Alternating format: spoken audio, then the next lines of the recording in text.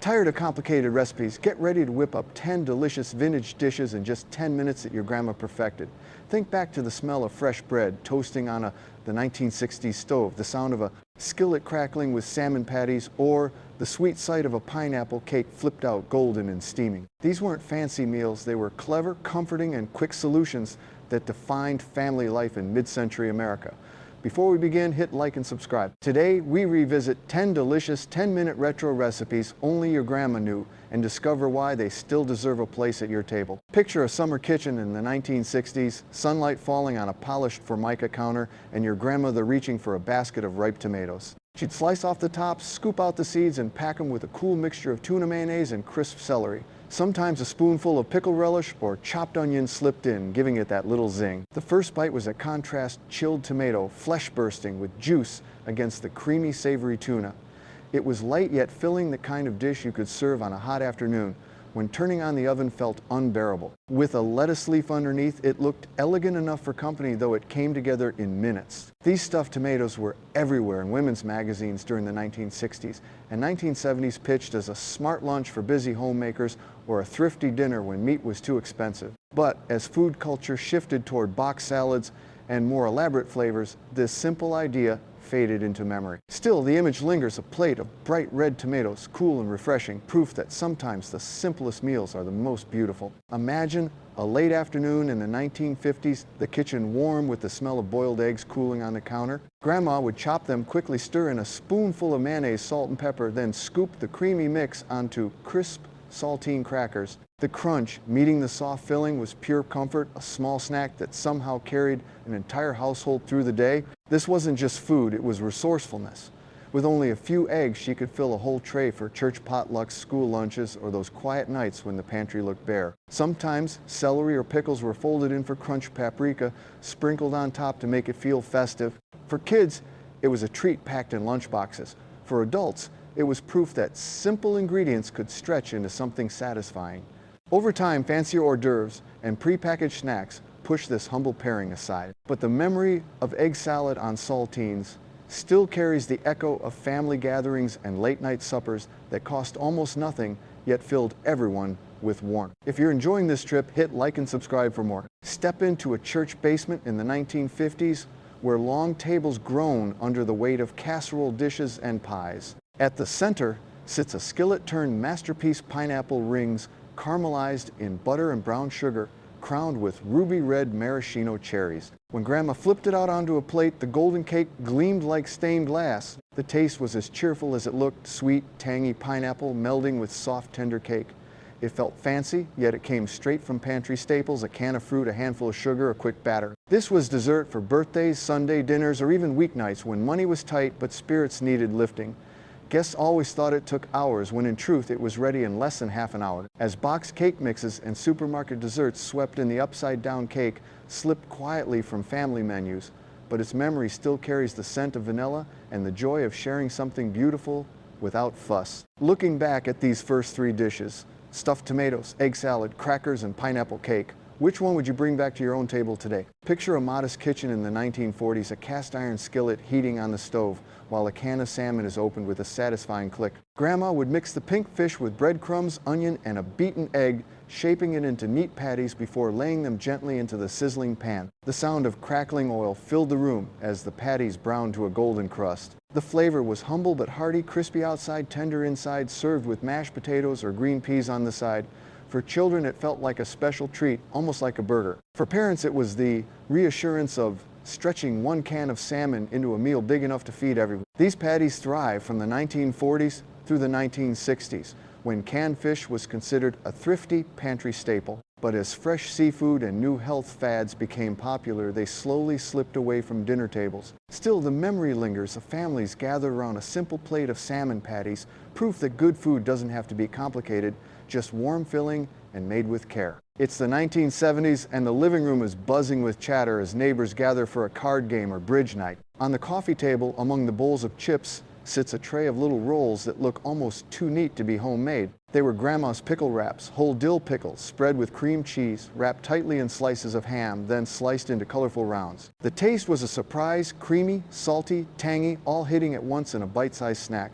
Children loved how they looked like pinwheels, while adults reached for them again and again with a cocktail in hand. They were quick, cheerful, and felt just fancy enough for guests, even though they were made with pantry basics and no oven at all. In that decade, these wraps were stars of potlucks and church gatherings, chilled in the fridge until the moment guests arrived. Over time, more polished appetizers took their place. But the memory of pickle wraps still brings back images of laughter, clinking glasses, and the hum of a community evening spent together. Close your eyes and imagine a cold winter's day in the northern states sometime in the 1950s.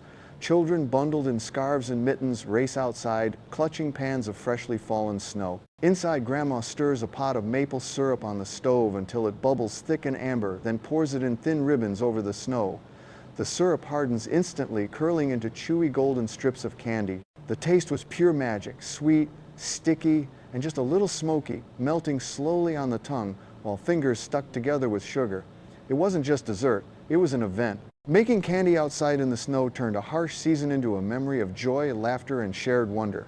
Families huddled around waiting their turn to peel up the cooled strips and hold them like treasures. This tradition faded as store-bought sweets grew cheaper and easier, and fewer families lived where winters brought deep, clean snow. But those who remember can still feel the crunch of boots in icy drifts, the smell of maple steam, and the thrill of turning nature into candy. Your comments keep these memories alive. Drop yours below, and if you're enjoying this trip, hit like and subscribe for more. Picture a 1960s cocktail party, the record player spinning while neighbors laugh over highball glasses. At the center of the buffet sits a bubbling pot filled with glossy little meatballs. The secret A-sauce of grape jelly and chili simmered until sticky and sweet, clinging to each bite. The flavor was unlike anything else at the time, savory meat wrapped in tangy sweet sauce with just a whisper of spice. Guests speared them with toothpicks, delighted at how something so odd could taste so right. For kids at potlucks, these meatballs felt like candy disguised as dinner, while adults marveled at the boldness of mixing jelly with meat. This dish was a product of its era, thrifty, quick, and showy enough to impress a crowd. Cooks loved it because it stretched simple ground beef into a centerpiece that came together in minutes. But as party foods grew more sophisticated, grape jelly meatballs drifted into nostalgia. Still, the memory remains of a crowded living room, the hum of conversation, and a tray of toothpicks disappearing faster than the hostess could refill. Now imagine a summer night in the 1970s, a campfire crackling while kids huddled close with foil packets in their hands. Inside each packet was a banana split down the middle, stuffed with marshmallows and bits of chocolate, then wrapped tight and placed in the coals. Minutes later, the foil opened to reveal a gooey, molten treat that smelled like roasted sugar and melted cocoa. The first spoonful was unforgettable warm banana, melting into sweet chocolate marshmallow, stretching into sticky threads. It wasn't just dessert, it was part of the ritual of camping trips, sleepovers, and summer evenings when families gathered outside. Children unwrapped their boats with the excitement of opening presents, while parents smiled at how simple ingredients could spark such joy.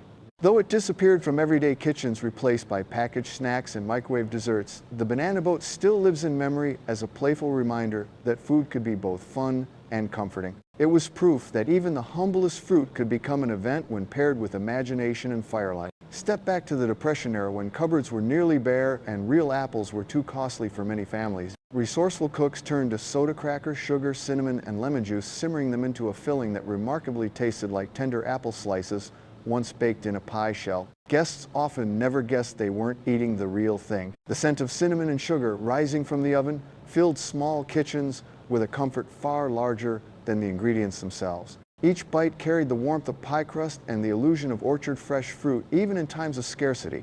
It was clever, thrifty, and deeply satisfying, a dessert born from the determination to create joy despite hardship. Though modern abundance has made this trick unnecessary, the memory of mock apple pie still speaks to resilience, the way families pulled sweetness out of almost nothing.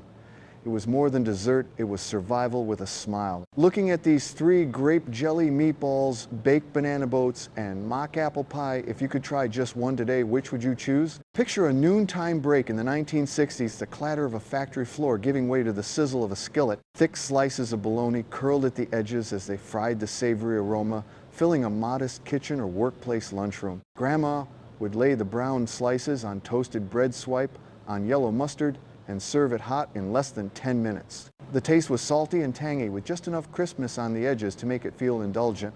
For school kids, it was a lunchbox surprise. For workers, it was a quick and hearty bite between long shifts. Bologna was cheap, lasted forever in the fridge, and frying gave it a glow-up that felt more special than plain sandwich meat. As fresh deli options and changing tastes arrived, fried bologna sandwiches slipped quietly out of fashion. Yet the memory lingers of greasy fingers, mustard-stained napkins, and the comfort of a sandwich that never pretended to be fancy, just fast-filling and familiar. If you enjoyed this journey, hit like and subscribe for more tasty memories, and share your own forgotten favorites in the comments below. And there you have it, 10 quick and clever retro recipes that once kept American families fed, happy, and close. From savory salmon patties to sweet banana boats, each dish carries the taste of a simpler time when creativity mattered more than complicated ingredients. Food isn't just about flavor, it's about memory. These humble recipes remind us of Sunday suppers, school lunchboxes, and the joy of sharing something homemade in just minutes. If you enjoyed this nostalgic journey, hit like and subscribe for more vintage food history, and share your favorite forgotten recipe in the comments below. Your memories keep this history alive.